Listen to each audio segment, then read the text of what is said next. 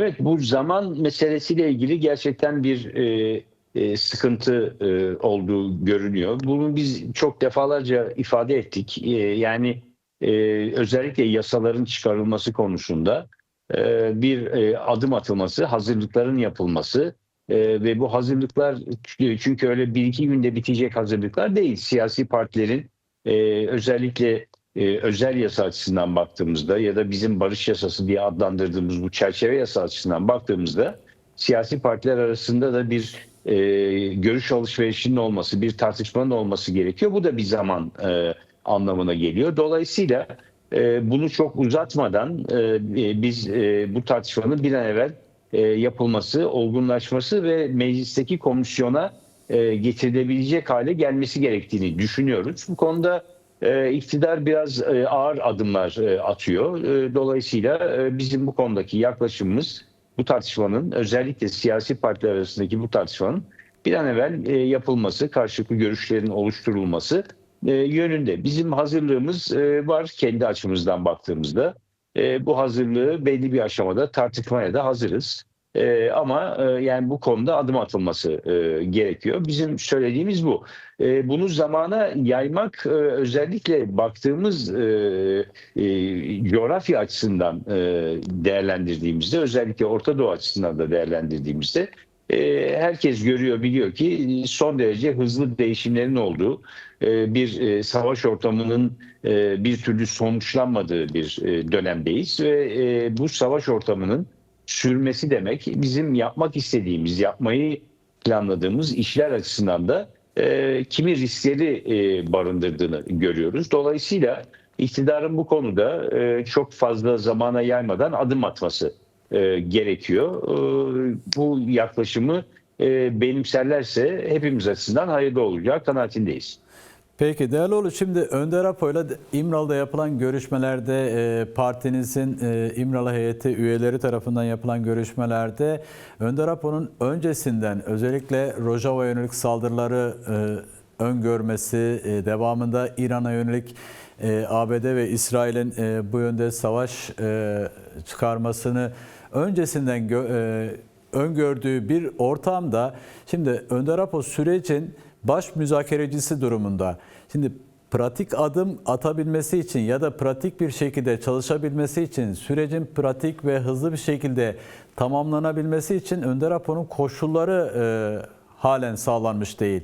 Yani özgür yaşar ve çalışır koşulları, özellikle yani resmi statüsünün belirlenmemiş olması, tüm bunların önünde engel. Siz de belirttiniz.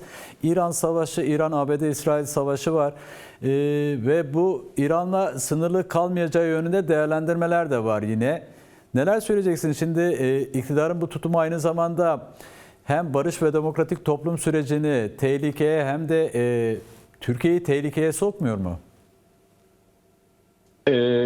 Kesinlikle doğru. Bu konuda bizim epey zamandır hep dile getirdiğimiz bu sürecin belli bir aşamasından itibaren konu İmralı'da Sayın Öcalan'ın durumuyla ilgiliydi. Yani özgür çalışır ve yaşar ortamın oluşması, çalışma koşullarının uygun hale getirilmesi, iletişim hakkının rahatça kullanılabiliyor olması gibi konular vardı. Bu konuda biz uzun zamandır bu konuyu dile getiriyoruz, tartışıyoruz. Tabii ki bunun fiili yapılmasının ötesine geçen bir hukuki durum yaratması da gerekiyor. Yani sonuç olarak yani yasalarla ilerleyen bir süreç bu. Öyle de olmalı zaten. Dolayısıyla Sayın Öcalan'ın durumu da, hukuki durumu da bir yasal çerçeveye kavuşmalı. Ama esas itibariyle baktığımızda özgür yaşar ve çalışır koşullarının oluşması, iletişim hakkının kullanılabilir hale gelmesi, bunların son derece önemli olduğu kanaatindeyiz. Bu konudaki tutumumuzu sürdürüyoruz. Biraz evvel de ifade etmeye çalıştım. Gerçekten Orta Doğu'daki her gün yaşanan gelişmeler aslında sürecin enfekte olması açısından da eğer süreç bu şekilde, bu tempoyla sürecekse enfekte olması açısından sıkıntılı bir ortamı yaratıyor. Yani savaşın nasıl gelişeceği belli değil, nerelere yayılacağı belli değil, ya da bir ateşkes şu anda var gibi gözüküyor ama bunun nasıl süreceği belli değil. Bütün bu belirsizlikler içinde biz bir süreç tamamlamaya çalışıyoruz, özellikle Türkiye sınırları açısından baktığımızda. Bunun uluslararası alanda enfekte edilmesini isteyen güçler olduğunu biliyoruz. Bu güçlerin bu süreci enfekte etmek için adımlar attığını biliyoruz ama sadece uluslararası alanda değil, Türkiye'de de, yani hem sivil ve askeri bürokrasi içinde hem siyasi alanda sürecin enfekte olması ve başarıyla ilerlememesi için çalışan, çaba gösteren çevreler olduğunu biliyoruz. Dolayısıyla bu çevrelerin süreci enfekte etmesine izin vermeden adımların atılması, yasal sonuçların ortaya çıkarılması önem taşıyor. Biz biraz da bu açıdan bu temponun hızlandırılması gerektiğini ifade ediyoruz. Bunu zannediyorum iktidar ortakları, Cumhur İttifakı da görüyor, farkında.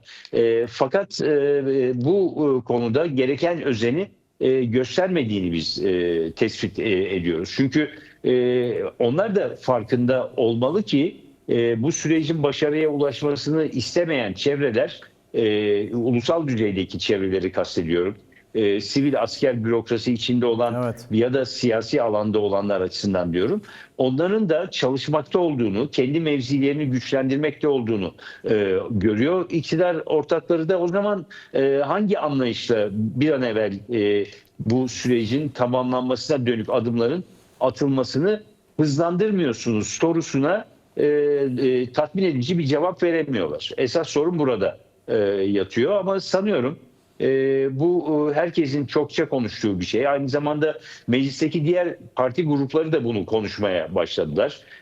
İşte hem Cumhuriyet Halk Partisi hem Yeni Yol grubu bu konuda adım atılması gerektiğine dair, yasal düzenlemelere dair adım atılması gerektiğini ifade ediyorlar. Dolayısıyla bu daha geniş kesimlerce de ifade edildiğinde öyle umalım ki iktidar ortakları da yasal düzenlemelere doğru ilerlemek için adım atmaya başlasınlar.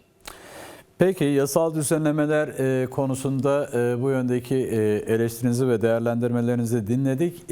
Yasal düzenleme gerektirmeyen durumlar var. O konuda bile henüz bir adım atılmış değil ya da ibaresi bile henüz dillendirilmiş değil. Buna ilişkin neler söyleyeceksiniz?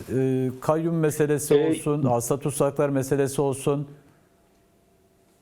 Doğru. Şimdi herkes meclisteki komisyonun ortaya çıkardığı raporun çok önemli bir rapor olduğunu ifade ediyor. Baktığımızda iktidar ortakları da, diğer partiler de bunu ifade ediyorlar. Ama o raporun içinde özellikle 6. ve 7. bölümlerinde yasal düzenlemeler ve yasal düzenleme gerektirmeyen adımlar içeriliyordu. Dolayısıyla bunların yapılabilmesinin imkanları var. Yani hem hasta tutsaklar, yaşlı tutsaklar açısından baktığımızda bunun yapılması imkanları var.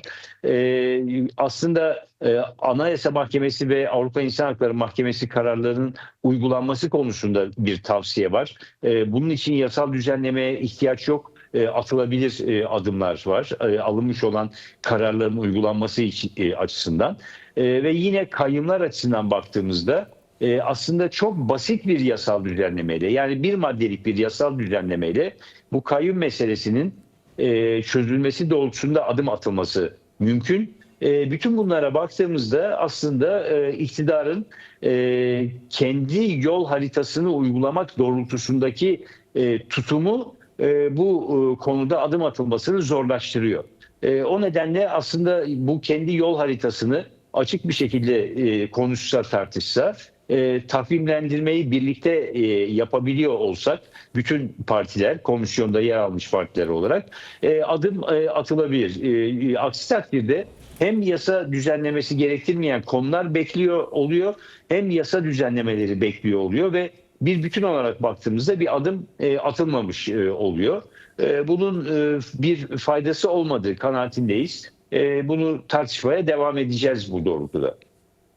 Peki son olarak siz de söz etmişken oradan devam edelim isterseniz. İktidarın kendi yol haritasına altını çizdiniz. Sizin yol haritanız bu anlamda ne durumda? Çünkü geçtiğimiz günlerde, haftalarda 5 gün süren toplantılar gerçekleştirildi. Şu anda da MYK toplantısı halindesiniz.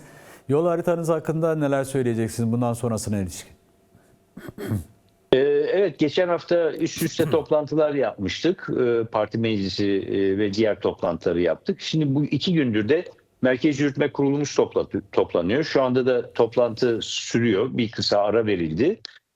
Bu toplantıda tabii ki sürece dair tartışmalarımızı yaptık. Yasal düzenlemelere ilişkin hangi adımları atılması gerektiğine dair değerlendirmelerimizi yaptık. Ama öte yandan çok daha yoğun bir şekilde de partinin kongresiyle ilgili, DEM Parti'nin kongresini yapmasıyla ilgili bir tartışmayı sürdürüyoruz. Şu anda o tartışma devam ediyor.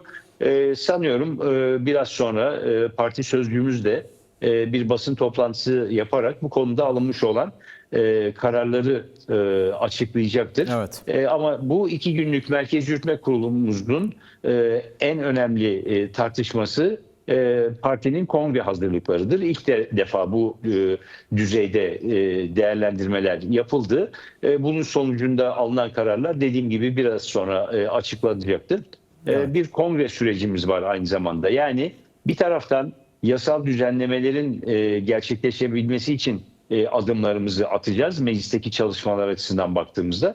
Öbür taraftan da partimizin kongresini yapabilmesi için buna ilişkin düzenlemeleri tartışacağız ve adımlar atmaya başlayacağız. Yani bir kongre sürecinde içinde olduğumuz çok açık, bunları da değerlendiriyoruz.